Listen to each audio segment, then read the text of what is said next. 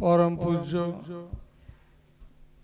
श्यामसुंदरजीर भक्तमंडली उपस्थित आजकेर जे अनुष्ठान से अनुष्ठानेर सदस्यबृंद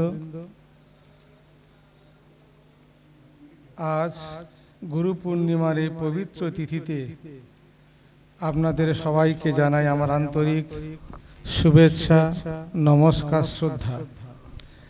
आजकेर এই দিনটি কেবল একটি উৎসব নয়, এটি একটি আত্মসমীক্ষার দিন, কৃতজ্ঞতার দিন এবং গুরুর চরণে নিজেকে সমর্পণ করার দিন।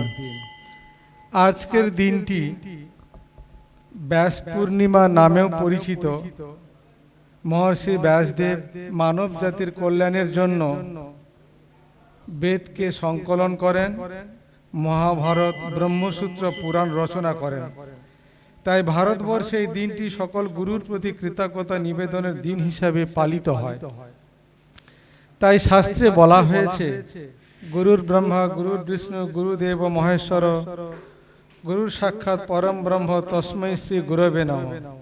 গুরু ব্রহ্মা গুরু বিষ্ণু গুরু মহেশ্বর গুরু পরব্রহ্মের প্রকাশ। তাই গুরুকে প্রণাম। গুরু কেবল মানুষ নন, তিনি পরমাত্মার প্রকাশ মাত্র। শ্রীরামকৃষ্ণের জীবন আমাদের শেখায় গুরুর মধ্য দিয়েই ঈশ্বরের কৃপা লাভ। মুন্ডক উপনিষদে বলা হয়েছে, তদ বিজ্ঞানার্থম স গুরু এবং ভিগচ্ছেদ সমিত আনিং ক্ষত্রিয়ং ব্রহ্মনিষ্ঠম। পরম সত্যকে জানতে হলে ব্রহ্মনিষ্ঠ গুরুর শরণ নিতে হবে। গুরু ছাড়া আধ্যাত্মিক পথ সুস্পষ্ট হয় না। তাই বৃহদারণ্যক উপনিষদে বলা হয়েছে, অসতমা সদ্গময় তমসমা জ্যোতির্গময় মৃত্যুৎমত অমৃতগময়।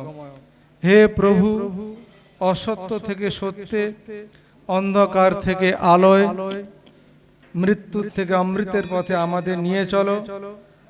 গুরুর কাজই এই পথ দেখানো, ঈশ্বরের শরণাগতি। সর্বধর্মান পরিত্যাজ্য মামেকম শরণং ব্রজ অহম ত্বম সর্ব পাপেভ্যো মোক্ষয়িষ্যামি মা শুচ। সমস্ত অহংকার আসক্তি ত্যাগ করে ঈশ্বরের শরণ নাও, তিনি মুক্তি দেবেন।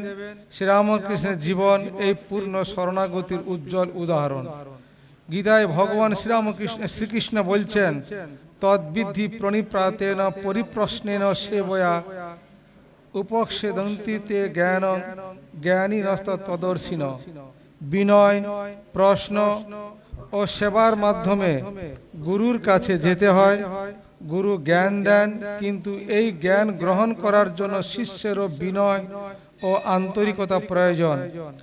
আজ আমাদের কাছে সবচেয়ে বড় প্রশ্ন হলো, আমাদের গুরু কে? আমরা নির্দ্বিধায় বলি, যেহেতু আমরা শ্রীরামকৃষ্ণের ভক্তমণ্ডলী, যেহেতু আমরা শ্যামসুন্দরজির ভক্তমণ্ডলী, তাই আমাদের কাছে তারাই হলেন চিরন্তন গুরু। তিনি কেবল একজন। আমরা যদি শ্রীরামকৃষ্ণের ভক্তমণ্ডলী হয়ে যদি আমরা বলি, তিনি কেবল শ্রীরামকৃষ্ণ কেবল একজন সাধক নন, তিনি যুগ অবতার। তিনি আমাদের ঈশ্বরের পথ দেখিয়েছেন, জীবনের লক্ষ্য শিখিয়েছেন এবং তার জীবন দিয়ে ধর্মকে সহজ করে বুঝিয়েছেন। প্রকৃত গুরু কোনো সীমাবদ্ধ ব্যক্তি নন। গুরুর মধ্য দিয়ে সচ্চিদানন্দ ভগবানই আমাদের পথ দেখান। তিনি আরো বলেছেন, সরল বিশ্বাসে সব হয়। গুরুর প্রতি অকৃত্রিম বিশ্বাস থাকলে সাধনার পথ সহজ হয়। তাই শ্রীরামকৃষ্ণ দেব বলছেন, সচ্চিদানন্দই গুরু। প্রকৃত গুরু সেই, যিনি আমাদের সচ্চিদানন্দের দিকে নিয়ে যান। তিনি আরো বলেছেন, ঈশ্বরী কর্তা, আমি মাত্র যন্ত্র মাত্র। এই বিনয়ী প্রকৃত গুরুর লক্ষণ। তিনি কখনো নিজেকে বড় করে দেখাননি, সব কৃতিত্ব ঈশ্বরের চরণে তিনি সমর্পণ করেছেন। তাই শ্রীরামকৃষ্ণ বলছেন, সরল বিশ্বাসে সব হয়, বিশ্বাস ছাড়া আধ্যাত্মিক জীবন এগোয় না। যেমন একটি শিশু মায়ের হাত ধরে নির্ভয়ে হাঁটে, তেমনি শিষ্য গুরুর হাত ধরে ঈশ্বরের পথে এগিয়ে যায়। তাই শ্রীরামকৃষ্ণের শিক্ষা হলো সত্য কথা বলা, নিয়মিত জপ ধ্যান করা, ঈশ্বরকে ভালোবাসা, সকল জীবের মধ্যে শিবকে দেখা, অহংকার ত্যাগ করা, সরল ও পবিত্র জীবন যাপন করা। যে এগুলো পালন করে সেই প্রকৃত অর্থে গুরুর পূজা করে। গুরু পূর্ণিমায় আমাদের আত্মসমীক্ষা করতে হবে, আমাদের নিজেদের প্রশ্ন করতে হবে, আমি কি প্রতিদিনই তার নাম ধ্যান করি? আমি কি তার গুরুর আদেশ পালন করি? আমি কি সংসারে থেকে ঈশ্বরকে স্মরণ করি? আমি কি মানুষের মধ্যে ঈশ্বরকে দর্শন করি বা দর্শন করতে শিখি? এই প্রশ্নগুলোর উত্তরই আমাদের প্রকৃত সাধনার পরিচয় হবে।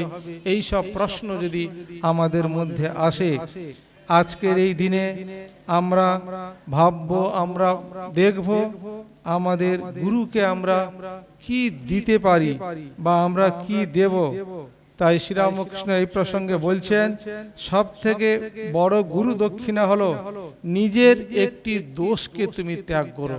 তোমার অনেক দোষে দশান্বিত হয়ে তুমি আছো, একটি দোষকে তুমি সমর্পণ করো। প্রতিদিন অন্তত কিছু সময় ঈশ্বর চিন্তা করো। এই পরিবর্তিত জীবনী গুরুর চরণে সর্বশ্রেষ্ঠ অর্ঘ্য। তাই গুরু পূর্ণিমার দিনে আমরা কয়েকটি সংকল্প করতে পারি। প্রতিদিন আমরা নাম জপ করব, প্রার্থনা করব। শ্রীরামকৃষ্ণের ভক্তমণ্ডলী যেহেতু আমরা, তাই তার আদর্শ অনুযায়ী সত্য পবিত্রতার সেবার জীবন আমরা গড়ব। তার যে মত, যত মত তত মত, এই মহান আদর্শকে হৃদয়ে ধারণ করে সকলকে আমরা ভালোবাসবো। জাতি ধর্ম বর্ণ নির্বিশেষে সবাই আমরা আমার আপন হবে। তাই উপনিষদের এক অমর বাণী আমরা স্মরণ করতে পারি, যস্য দেব পরা ভক্তির যথা দেব তথা গুরু তস্মৈতে কথিতা হ্যর্থা প্রকাশন্তে মহাত্মন। যার ঈশ্বরের প্রতি যেমন ভক্তি, গুরুর প্রতিও তেমন ভক্তি, তার কাছে শাস্ত্রের প্রকৃত অর্থ প্রকাশিত হয়। আজ গুরু পূর্ণিমার এই শুভক্ষণে আমরা সবাই অন্তর থেকে প্রার্থনা করি, ইষ্টদেবের কাছে আমার যার যেমন ইষ্ট, তার ইষ্টদেবের কাছে আমরা প্রণাম করি। আমাদের ইষ্ট দেবতা যেহেতু শ্রীরামকৃষ্ণ, তার কাছে আমরা প্রার্থনা করি, হে শ্রীরামকৃষ্ণ দেব, তুমি আমাদের গুরু, তুমি আমাদের আশ্রয়, আমাদের হৃদয়কে পবিত্র করো, বিশ্বাস দাও, ভক্তি দাও, সেবায় শক্তি দাও, তোমার আদর্শে জীবন গড়ার শক্তি আমাদেরকে দাও। আজ থেকে 151 বছর আগে এই পবিত্র শ্যামসুন্দর মন্দিরে যুগাবতার শ্রীরামকৃষ্ণদেব তার চরণধুলি দিয়েছিলেন। ইতিহাসের বিচারে এটি একটি ঘটনা, কিন্তু ভক্তের দৃষ্টিতে একটি ঈশ্বরের কৃপাস্পর্শ। এক মুহূর্ত ভাবুন, যে প্রাঙ্গণে আমরা আজ দাঁড়িয়ে আছি, বসে আছি, সমবেত হয়েছি, সেই প্রাঙ্গণে একদিন শ্রীরামকৃষ্ণদেব পথচারণা করেছিলেন। এই মন্দিরে আমরা আজ প্রণাম করছি, যে ইষ্ট দেবতাকে আমরা সামনে রেখে, শ্যামসুন্দরকে সামনে রেখে আমরা ভক্তি প্রণাম করি। সেই মন্দিরে তিনি ভক্তি ভরে শ্যামসুন্দরকে দর্শন করেছিলেন। এই ভাবনা আমাদের হৃদয়কে বিনম্র ও আনন্দে ভরিয়ে দেয়। তাই শাস্ত্রে বলেছেন, মহৎ সেবা দ্বারত মাহুর বিমুক্তে। মহাপুরুষের সান্নিধ্য ও সেবা মুক্তির দ্বার খুলে দেয়। তাই যেখানে মহাপুরুষের পদধূলি পড়েছে, সেই স্থান ভক্তের কাছে তীর্থক্ষেত্র হয়ে ওঠে। শ্রী শ্রী রামকৃষ্ণ কোন স্থানকে কেবল চোখ দিয়ে তিনি দেখতেন না, তিনি দেখতেন ঈশ্বরের উপলব্ধি তিনি করতেন। তার কাছে মন্দির ছিল জীবন্ত, বিগ্রহ ছিল চিন্ময়, আর ভক্তি ছিল জীবনের প্রাণ। তিনি বলতেন, ভক্তি থাকলে মাটির প্রতিমা তো ঈশ্বরের আবির্ভাব হয়। এই কথার গভীর অর্থ হলো, ঈশ্বরকে পাওয়ার মূল চাবিকাঠিটি বাহ্যিক আড়ম্বর নয়, আন্তরিক ভক্তি। আজ আমরা নিজেদের প্রশ্ন করি, আমরা কি কেবল ইতিহাস স্মরণ করতে এসে এখানে না, আমাদের মধ্যে সে প্রশ্ন জাগে না।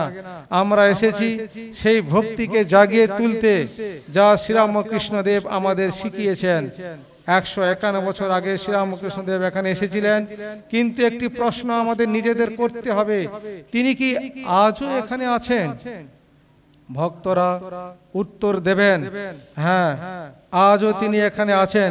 তিনি আছেন এই মন্দিরের আরতিতে, নাম সংকীর্তনে, ভক্তের চোখের জলে নিষ্ঠা ভরে উচ্চারিত জয় গুরু মহারাজ জি কি জয়, তার ধ্বনিতে, সেই ধ্বনিতে তিনি আছেন সেই হৃদয়ে, যেখানে সত্য, প্রেম, ভক্তি, আত্মসমর্পণ আছে।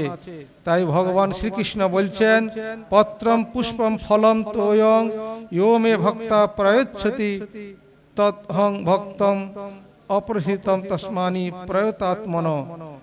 যে ভক্তি সহকারে একটি পাতা, একটি ফুল, একটি ফল কিংবা সামান্য জল আমায় অর্পণ করে, আমি তা সানন্দে গ্রহণ করি।